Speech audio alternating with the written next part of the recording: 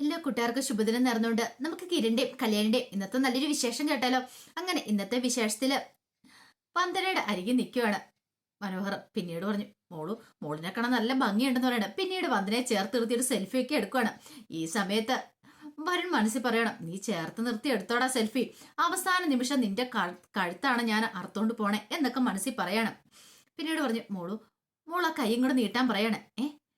അതിന് ജീവേട്ടന് കൈ നോക്കാൻ അറിയാവോ എന്നുള്ള രീതിയിൽ ഇങ്ങനെ ആകെ കാണിക്കണം. പെട്ടെന്ന് പറഞ്ഞു, അയ്യേ കൈ നോക്കാനൊന്നും എനിക്കറിയത്തില്ല, അതിനൊന്നും വേണ്ടിയിട്ടല്ലെന്ന് പറയണേ. പിന്നെയോ ആ സമയം ഒരു ജ്വല്ലറി ബോക്സ് പോക്കറ്റിൽ നിന്ന് എടുക്കണം മനോഹർ.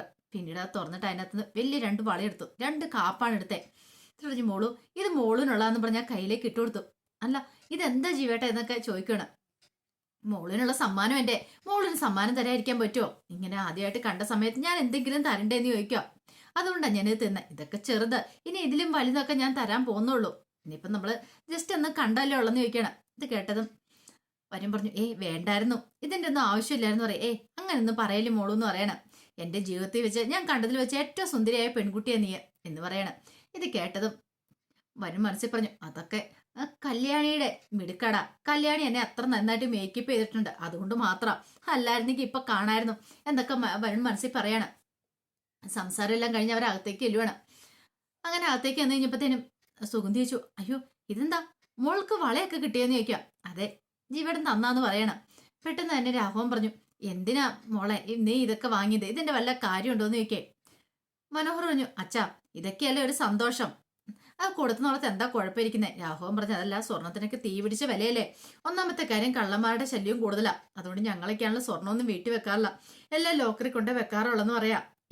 അതിന്റെ ഒന്നും കാര്യമില്ല അച്ഛാ, രണ്ട് വള ഇട്ടെന്ന് ഓർത്ത് ഇപ്പൊ ഒന്നും സംഭവിക്കാനൊന്നും പോകുന്നില്ലെന്ന് പറയണം.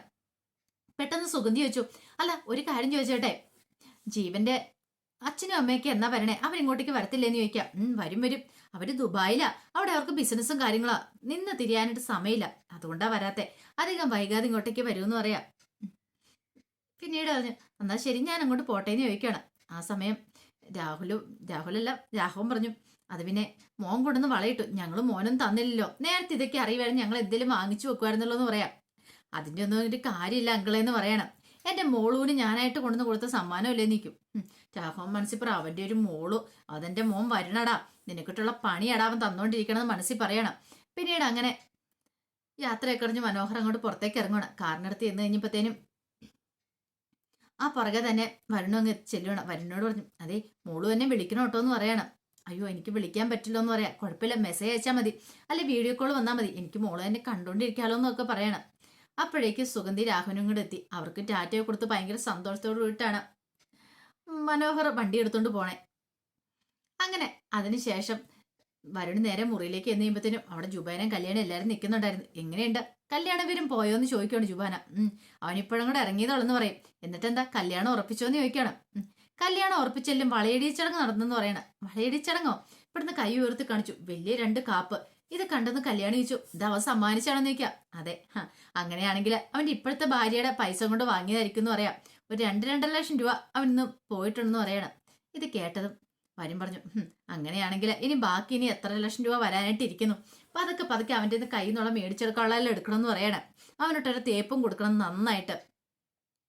ഇത് കേട്ടെന്ന് കല്യാണി പറഞ്ഞു, അത് ശരിയാ, ഇങ്ങോട്ട് എന്തേലും തന്നു കഴിയുമ്പത്തിന് അങ്ങോട്ട് തിരിച്ചു എന്തേലും കൊടുക്കണ്ടേ, അവനോട്ടുള്ള എന്തേലുമൊക്കെ തിരിച്ചും കൊടുക്കണമെന്ന് പറയാം. ആ കാര്യമൊക്കെ ഞാൻ ഏറ്റു കല്യാണി എന്നൊക്കെ പറയണം. ഈ സമയത്ത് നിഷയ്ക്കാണെങ്കിൽ ഭയങ്കര വിഷമമുണ്ട്. നിഷ പറഞ്ഞു, ഇവന്റെ ചതി ഇപ്പോഴും ഇവന് ഓരോ പെൺകുട്ടികളെ ചതിച്ചുകൊണ്ടിരിക്കുക, ഇവൻ കാരണം ഞാൻ എത്രമാത്രം ബുദ്ധിമുട്ടുണ്ടെന്നറിയാവോ.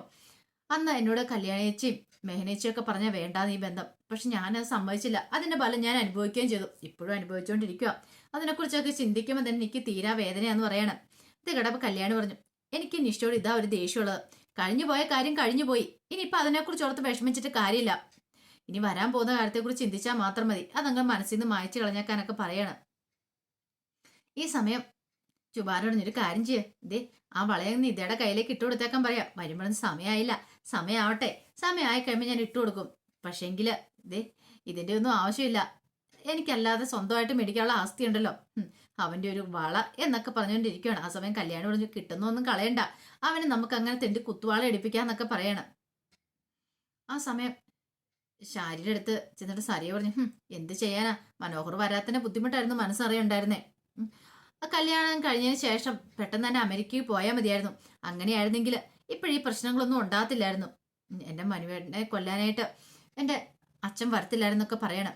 ഇത് കേട്ട് കഴിഞ്ഞപ്പം ശാരി പറഞ്ഞു, എന്താ മോളെ ഇങ്ങനെയൊക്കെ പറയണേ? നിന്റെ ഭർത്താവിനെ ഞങ്ങൾ ആരെങ്കിലും ചെയ്തെന്ന് ചോദിക്കണം. പിന്നെ ചെയ്യാതെ മനുവേട്ടനെ കൊല്ലുമെന്ന് ഭീഷണിപ്പെടുത്തിക്കൊണ്ടല്ലേ മനുവേട്ടൻ പോയെന്ന് ചോദിക്കാം. അത് മോളെ നിന്റെ അച്ഛൻ്റെ സ്വഭാവം അറിയാലോ എന്ന് പറയാം. എൻ്റെ അച്ഛൻ്റെ സ്വഭാവം അങ്ങേര് വരുന്നുണ്ടെന്ന് പറയാണ്. അങ്ങനെ രാഹുൽ അങ്ങോട്ട് വന്നു കഴിഞ്ഞപ്പോഴത്തേനും സരിയോ അങ്ങോട്ടേക്ക് ചെന്നിട്ട് പറഞ്ഞു, ഒരു കാര്യം ഞാൻ പറഞ്ഞേക്കാം, അച്ഛനാന്ന് ഞാൻ നോക്കത്തില്ല. എൻ്റെ ഭർത്താവ് ഈ വീട്ടിലേക്ക് താമസിക്കാൻ വന്നിട്ടുണ്ടെങ്കിൽ ഭർത്താവിന് നേരെ കൈയുറത്തുവോ അല്ലെങ്കിൽ മോശമായിട്ടൊരു വാക്ക് പോലും പറയരുത്. അദ്ദേഹം അവന് പിണങ്ങിപ്പോയിട്ടുണ്ടെങ്കിൽ പിന്നെ ഞാൻ ജീവനോടെ ഇരിക്കില്ലെന്ന് പറയണം. ഇത് കേട്ടൻ രാഹുൽ പറഞ്ഞു, ഇങ്ങനെ പോയിട്ടുണ്ടെങ്കിൽ മിക്കവാറും നീ മരിക്കുമെന്ന് എനിക്ക് തോന്നണമെന്ന് പറയാം. എന്താച്ചാ പറഞ്ഞേ? അല്ല പിന്നെ. ഇത് കേട്ടതും ശാരി പറഞ്ഞു, നിങ്ങൾ എന്തൊക്കെയാ പറയണത്? നിനക്ക് വല്ല ബോധം ഉണ്ടോന്ന് ചോദിക്കാം. ഇത് കേട്ടപ്പോൾ രാഹുൽ പറഞ്ഞു, ശരിക്കും ബോധം ഉണ്ടായിട്ടടി. എൻ്റെ പെങ്ങള് രൂപ ചതിച്ചിട്ട് പോലും ഞാൻ അങ്ങ് ക്ഷമിച്ചു. പക്ഷേ ഉണ്ടല്ലോ, ഇവളുടെ കാര്യത്തിൽ എന്തെങ്കിലും ഒരു വിഷമം വന്നിട്ടുണ്ടെങ്കിൽ എനിക്ക് സഹിക്കാനും ക്ഷമിക്കാനും ഒന്നും പറ്റത്തില്ലാത്ത കാര്യമാണ്.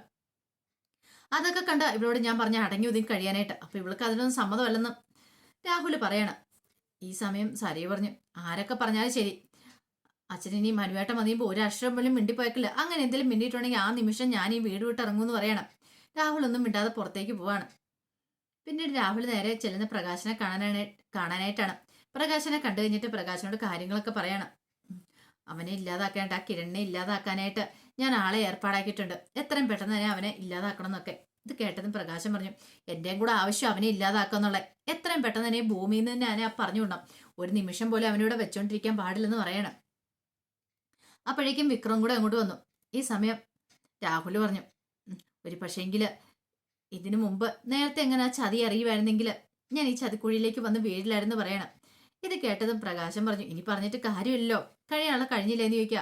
ഒരു പക്ഷേങ്കില് ഇനിയിപ്പോൾ അവനെ കൊല്ലാൻ സാധിച്ചില്ലെങ്കിലും ആ കിരണിനെ കൊല്ലാൻ സാധിച്ചില്ലെങ്കിൽ എന്ത് ചെയ്യണമെന്ന് എനിക്കറിയാം. അതിനല്ല എൻ്റെ ആയുധം ഉള്ളത് പറഞ്ഞുകൊണ്ട് ഇളയിൽ നിന്ന് ആ തോക്കെടുത്ത് ചൂണ്ടുവാണ് പ്രകാശൻ്റെ നേരെ. എന്നിട്ട് പറഞ്ഞു, എങ്ങനെയുണ്ടെന്ന് ചോദിക്കണം. പ്രകാശം പറഞ്ഞു, കൊള്ളാം, കിടലിനായിട്ടുണ്ടെന്ന് പറയണം.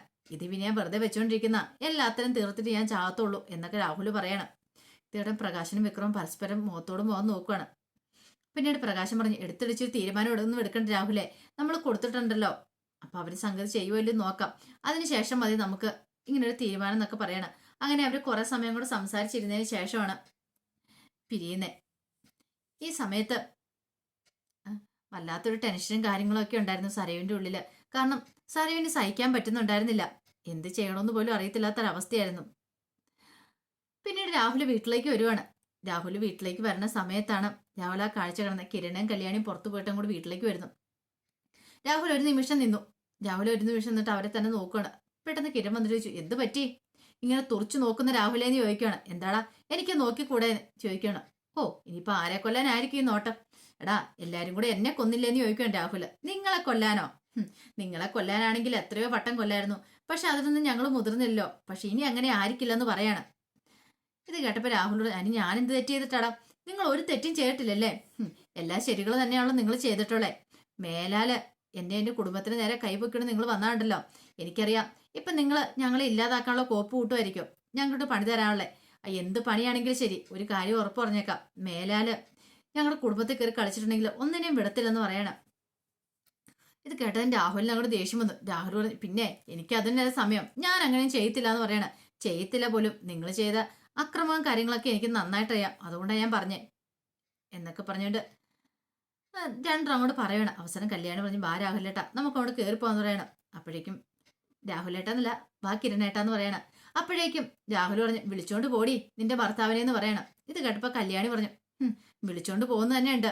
അതെ, നിങ്ങളെ എതിർത്ത് നിൽക്കാനുള്ള കഴിവില്ലാഞ്ഞിട്ട് അത് ഓർത്തിട്ടല്ല, വെറുതെ നിങ്ങൾ തല്ലുകൂട്ടും ചാവണ്ടെന്ന് കരുതിയിട്ട് മാത്രമാ എന്ന് പറഞ്ഞിട്ട് അവനെ കിരണിനെ വിളിച്ചോണ്ട് അകത്തേക്ക് കയറി പോവാണ്. ഈ സമയത്ത് സരയു മനോഹറിന്റെ തോളത്തേക്ക് ഇങ്ങനെ ചാരി കിടക്കുകയാണ്. ആ സമയത്ത് മനോഹർ ഒരു മോളു വേറെ കുഴപ്പമൊന്നും ഇല്ലല്ലേ എന്ന് ചോദിക്കണം. എന്ത് കുഴപ്പം? എനിക്കൊരു പ്രശ്നമില്ല മനുവേട്ടാന്ന് പറയണം. മനുവേട്ടന്റെ തോളിൽ ഇങ്ങനെ ചാരി കിടക്കുമ്പോഴത്തെ സുഖം വേറെ ഒരിടത്തും കിട്ടത്തില്ല എന്ന് പറയണം. ഇത് കേട്ട മനോഹർ, ശരിയാ അതങ്ങനെ തന്നെയാന്ന് പറയണം. മോൾ എന്താണെന്ന് അറിയത്തില്ല, നല്ല ഉറക്കം വരുന്നില്ല, ഒരു ഗ്ലാസ് പാലെടുത്തോണ്ട് തരാൻ പറയണം. അപ്പോൾ അവന് ഉറക്കത്തിന്റെ വായക്കോട്ട വിട്ടോണ്ടിരിക്കുന്ന സമയത്താണിത് പറയണേ. പാലോ? അതെ, ഞാൻ അമ്മയോട് വിളിച്ചു പറയാന്ന് പറയണേ. വേണ്ട, അമ്മയോട് വിളിച്ചു പറയണ്ട, മോള് തന്നെ ഉണ്ടായിക്കൊണ്ട് വന്നാൽ മതി എന്ന് പറയണം. അങ്ങനെ അവൾ അകത്തേക്ക് പാലുണ്ടാക്കാനുണ്ടെന്ന് പോകുന്ന സമയത്ത് അവൻ അവൻ്റെ ഫോൺ എടുക്കുകയാണ്. പിന്നീട് അതിനകത്തുനിന്ന് വന്ദനെന്ന് സേവ് ചെയ്തിരിക്കുന്ന നമ്പർ എടുത്തിട്ട് അതിനകത്തേക്ക് ഒരു മെസ്സേജ് അയക്കുക. എനിക്കൊന്ന് കാണണം, കാണാൻ പറ്റുമോ, വീഡിയോ കോളിലൊന്ന് വരാൻ പറ്റുമോ എന്ന് ചോദിക്കുക. ഇത് വരണ അറിഞ്ഞു. ദൈവമേ, ഇപ്പൊ വീഡിയോ കോളിലോ, ഒരു 5 മിനിറ്റ് ഇപ്പൊ തന്നെ ഞാൻ വരാമെന്ന് പറഞ്ഞിട്ട് കോളം കൊണ്ട് കട്ട് ചെയ്യുവാണ്. ഭയങ്കര സന്തോഷമായി. ദൈവമേ, അവൾ ഇപ്പോഴെങ്കിലും പാലുമായിട്ട് വരല്ലേന്ന് ഓർത്തിരുന്ന് കഴിയുമ്പോഴത്തേനും സരിയു പാലൊക്കെ ആയിട്ട് അങ്ങോട്ട് വരുവാണ്. ഇങ്ങനെ പാല് മനോഹറിന് കൊടുത്തു. കുടിക്കും മനുവേട്ട.